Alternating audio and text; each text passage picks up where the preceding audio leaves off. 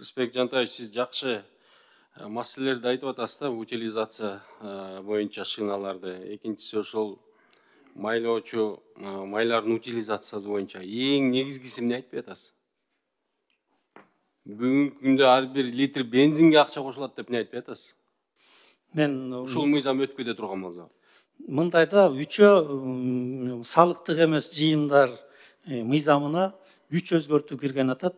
Биринчиси жана сиз айткандай 1 литрге акча жол салыгы катары жыйым кошулат. Буну биринчисин айтып атам. Ал эми негизги суроолор сиз айтып кеткендей шиналарга утилдештирүү, үчүнчүсү болсо жанагы майлоочу майларга утилдештирүү. Ким жолдо көп жүрсө ал көбүрөөк акча төлөйт деген принципти киргизип атпайсыңарбы? Ооба, туура. Машина айдабагандар анда жакшы жолдо жүрөбү же кандай болот? Машина айдабагандар акча төлөйт, потому что ал бензин сатып албайт да. Урматтуу менин коллегаларым, бул маселе абдан оор. Азыр биз билинбей муну мыйзам долбоорун өткөзүп алсак, эртең бул социалдык чыңалууга алып келет. Бул баягы билинбеген баягы 60 тыйындын баягы сотовый сетке 60 тыйын кошуунун бир немеси болуп калып жүрбөсүн. Ошон үчүн муну жакшылап карайлы. Эгерде мүмкүнчүлүк берели буларга, мына эки маселе боюнча маселе жок, утилизация боюнча. Мунуга ар бир литрге акча төлөнөт деген бул маселе болот. Канча төлөнөт буга чейин? Сиздин барбы маалыматыңыз? 1 литрге канча сом дагы үстүнө кошобуз? Бүгүнкү күндө акциздин марканын, акциздыказын алып атасыңар, туурабы? ГСМге. Эми дагы үстүнө кошобузбу? Элди дагы кыйнайбызбы?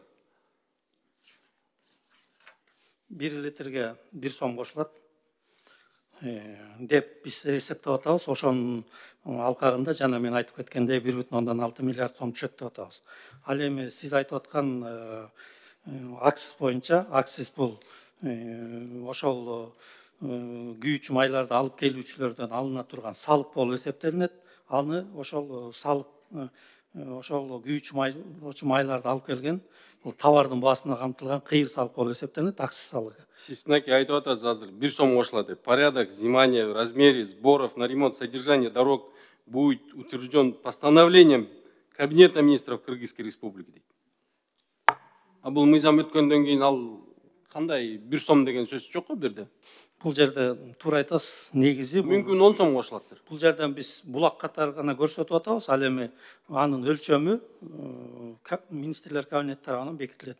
Сиз айткандай туура ал жерден өлчөмү бекитилет. Бирок биздин расчет боюнча 1 литрге 1 сом деп. Мунун боюнча өзүңүз жакшы билесиз. Биздин комитеттин чечим долбооруна уксаңыздар берде дагы. Бул мынакей комитеттин чечим долбоорун, бул мыйзам долбоорун кабыл алынуусу белгилүү социалдык чыңалууга алып келиши мүмкүн деп атат.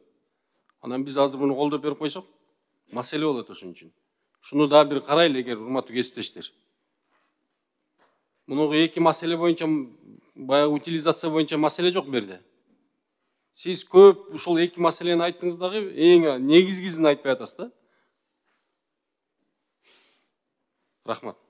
Менин берилген суроолордун алкагында жооп берип атам да, ошол себептүү негизинен суроолор утилдештирүү боюнча берилгендиктен жооп берип атам. Ал эми сиз айткан мыйзам долбоору мынакей мен айтып аткан ГСМге киргизилип аткан кошумча тыйын болуп атат, туурабы? Туура. Болду, ошону айтыңыздар да сиздер анан. Мен өзүмдүн докладымда айтып кеттим, сиз туура айтып атасыз. Рахмат. Рахмат, Бактыбек Каныбекович. Ушул эле суроого финансы министрлиги толугураак жооп берип койсунчу. Бул жерде Аманбаев Үмүтжан Моминович келдиби? Сизби? Оюңарды айтсаңар. Урматтуу Мурали Жанышбекович, биздин финансы министрлик тарабынан ошо финансылык жагын карап, оң корутуну берилген, бирок бул мыйзам кирсе эгер, анда бир нече мыйзамдарга өзгөртүү киргизиш керек. Ошону белгилеп өткөнбүз. Бюджеттик кодекске тийиштүү коддор киргизилиш керек. Андан сырт жол фондуна дагы өзгөртүү киргизиш керек деп айтылган. Рахмат.